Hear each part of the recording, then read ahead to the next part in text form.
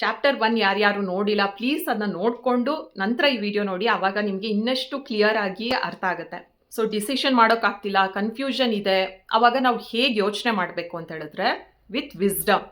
ಅಂದರೆ ಈಗ ಒಂದು ಕಡೆ ನಿಮ್ಮ ಡ್ರೀಮ್ ಜಾಬ್ ಇದೆ, ಇನ್ನೊಂದು ಕಡೆ ಒಳ್ಳೆ ಸ್ಯಾಲ್ರಿ ಇರೋ ಜಾಬ್ ಇದೆ, ಬಟ್ ಅದು ನಿಮ್ಮ ಡ್ರೀಮ್ ಜಾಬ್ ಅಲ್ಲ. ಹೇಗೆ ಸೆಲೆಕ್ಟ್ ಮಾಡಬೇಕು ನೋಡಿ, ಯಾವಾಗಲೂ ನಿಮ್ಮ ಪ್ಯಾಷನ್ನೇ ಸೆಲೆಕ್ಟ್ ಮಾಡಬೇಕು ಅಥವಾ ಯಾವಾಗಲೂ ಜೀವನದಲ್ಲಿ ಸೆಕ್ಯೂರ್ ಆಗಿರೋದನ್ನೇ ಸೆಲೆಕ್ಟ್ ಮಾಡಬೇಕು ಅಂತ ರೈಟ್ ಆರ್ ರಾಂಗ್ ಅಂತ ಇಲ್ಲ. ನಾನೇನಾದರೂ ಡ್ರೀಮ್ ಜಾಬ್ ತೊಗೊಂಡ್ರೆ ಫೇಲಿಯರ್ ಆಗಿಬಿಟ್ರೆ ಜನರು ಮುಂದೆ ನನಗೆ ಅವಮಾನ ಆಗುತ್ತೆ ಅನ್ನೋ ಭಯದಲ್ಲಿ ಡಿಸಿಷನ್ನ ತೊಗೊಳ್ಬಾರ್ದು. ಇನ್ನು ಎರಡನೇದು, ನಾನು ಈ ಡ್ರೀಮ್ ಜಾಬ್ ತೊಗೊಂಡು ನಾನು ಎಲ್ರೂ ರಾಂಗ್ ಪ್ರೂವ್ ಮಾಡ್ತೀನಿ ಅನ್ನೋ ಒಂದು ಈಗೋ ಅಥವಾ ಹಠ ಇಟ್ಕೊಂಡು ನೀವು ಡಿಸಿಷನ್ ಮಾಡಬಾರ್ದು. ಇನ್ನು ಮೂರನೇದು, ನಾನು ಒಳ್ಳೆ ಸ್ಯಾಲ್ರಿ ಇರೋದು ತೊಗೊಂಡ್ರೆ ನನ್ನ ಫ್ಯಾಮಿಲಿನೆಲ್ಲ ನಾನು ಖುಷಿ ಪಡಿಸ್ತೀನಿ, ಅವ್ರಿಗೆ ನಾನು ಬೇಜಾರು ಮಾಡೋದಿಲ್ಲ ಅನ್ನೋದು ಯೋಚನೆಯಿಂದ ನೀವು ಡಿಸಿಷನ್ ಮಾಡಬಾರ್ದು.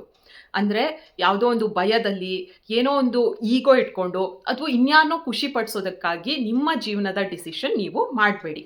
ಸೊ ಹೇಗೆ ಮಾಡಬೇಕು? ಡ್ರೀಮ್ ಜಾಬ್ನೇ ಸೆಲೆಕ್ಟ್ ಮಾಡ್ತೀನಿ, ನಾನು ಅಲ್ಲೇ ಚೆನ್ನಾಗಿ ಕೆಲಸ ಮಾಡಿಬಿಟ್ಟು ಅಲ್ಲೇ ಚೆನ್ನಾಗಿ ಅರ್ನ್ ಮಾಡ್ತೀನಿ ಅನ್ನೋ ಕಾನ್ಫಿಡೆನ್ಸ್ ನನಗಿದೆ. ಬೈ ಮಿಸ್ಟೇಕ್ ನಾನು ಫೇಲಿಯರ್ ಆದರೂ ಕೂಡ ಯಾರೋ ಮುಂದೆ ಅವಮಾನ ಆಗ್ತದೆ ಅನ್ನೋ ಭಯ ನನಗಿಲ್ಲ. ಇದು ನನ್ನ ಲೈಫಿಗೆ ಸೂಟ್ ಆಗುತ್ತಾ? ನಾನು ಒಂದು ಇಮೋಷನ್ಸಿಂದ, ಭಯದಿಂದ ಅಥವಾ ಏನೋ ಈಗೋ ಇಟ್ಕೊಂಡು ನಾನು ಡಿಸಿಷನ್ ಮಾಡ್ತಾ ಇದ್ದೀನಾ? ಇದನ್ನೆಲ್ಲ ನೀವು ಯೋಚನೆ ಮಾಡಿದಾಗ ನಿಮಗೆ ಆನ್ಸರ್ ಸಿಗುತ್ತೆ. ತಾಯಿ ಮಗುನ ಮನೆಯಲ್ಲಿ ಯಾರ ಹತ್ರನೋ ಬಿಟ್ಟು ಕೆಲ್ಸಕ್ಕೆ ಹೋಗ್ತಾ ಇದ್ದಾಳೆ ಅಂದಾಗ ಆ ಇಮೋಷನ್ಸ್ಗೆ, ಒಂದು ಗಿಲ್ಟಿಗೆ, ಅಯ್ಯೋ ನಾನು ತಪ್ಪು ಮಾಡ್ತಿದ್ದೀನೇನೋ, ನನ್ನ ಮಗು ಜೊತೆ ನಾನು ಟೈಮ್ ಸ್ಪೆಂಡ್ ಮಾಡಬೇಕು, ನಾನು ವರ್ಕ್ ಮಾಡೋದು ತಪ್ಪು ಅಂತ ಫೀಲ್ ಆಗ್ತಾ ಇದೆ ಅಂದಾಗ, ಇನ್ಯಾರೋ ಒಬ್ರು ಒಂದು 5 ವರ್ಷ ಮಗು ಜೊತೆನೇ ಇದ್ದಾರೆ, ಕೆಲಸಕ್ಕೆ ಹೋಗಿಲ್ಲ ಅಂದ ತಕ್ಷಣ ಅವರು ಒಳ್ಳೆ ತಾಯಿ, ನಾನು ಒಳ್ಳೆ ತಾಯಿ ಅಲ್ಲ ಅಂತ ಕಂಪೇರ್ ಮಾಡಬೇಡಿ. ಅಥವಾ ಬೇರೆಯವರು ನಿಮ್ಮ ಬಗ್ಗೆ ಏನು ಅನ್ಕೊತಾರೆ, ನಾನು ಒಳ್ಳೆ ತಾಯಿ ಅಲ್ಲ ಅಂತ ಅವ್ರಿಗೆ ಒಪಿನಿಯನ್ ಬರ್ಬೋದು ಅನ್ನೋದ್ರ ಮೇಲೂ ನಿಮ್ಮ ಡಿಸಿಷನ್ ಇರಬಾರ್ದು.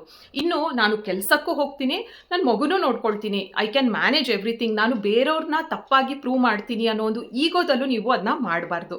ಹೇಗೆ ಯೋಚನೆ ಮಾಡಬೇಕಂದ್ರೆ, ನಾನು ಕೆಲಸಕ್ಕೆ ಹೋಗೋದು ಎಷ್ಟು ಮುಖ್ಯ, ನಾನು ಕೆಲಸಕ್ಕೆ ಹೋಗಲಿಲ್ಲ ಅಂದರೆ ನನ್ನ ಮಗುವಿನ ಫ್ಯೂಚರ್ಗೆ ತೊಂದರೆ ಆಗ್ಬೋದಾ, ಅಥವಾ ನಾನು ವರ್ಕ್ ಮಾಡಲಿಲ್ಲ ಅಂದರೂ ಪರವಾಗಿಲ್ಲ, ನಾವು ಸೆಟಲ್ಡ್ ಆಗಿದ್ದೀವಿ, ಸ್ಟಿಲ್ ನಾನು ಮಗುವಿಗೆ ಟೈಮ್ ಕೊಡ್ದೇನೆ ನಾನು ವರ್ಕಿಗೆ ಫೋಕಸ್ ಮಾಡ್ತಾ ಇದ್ದೀನಿ, ಇದು ಮುಂದೆ ನನಗೆ ಯಾವತ್ತಾದರೂ ಗಿಲ್ಟ್ ಆಗಿ ನನಗೆ ಕಾಡ್ಬೋದಾ?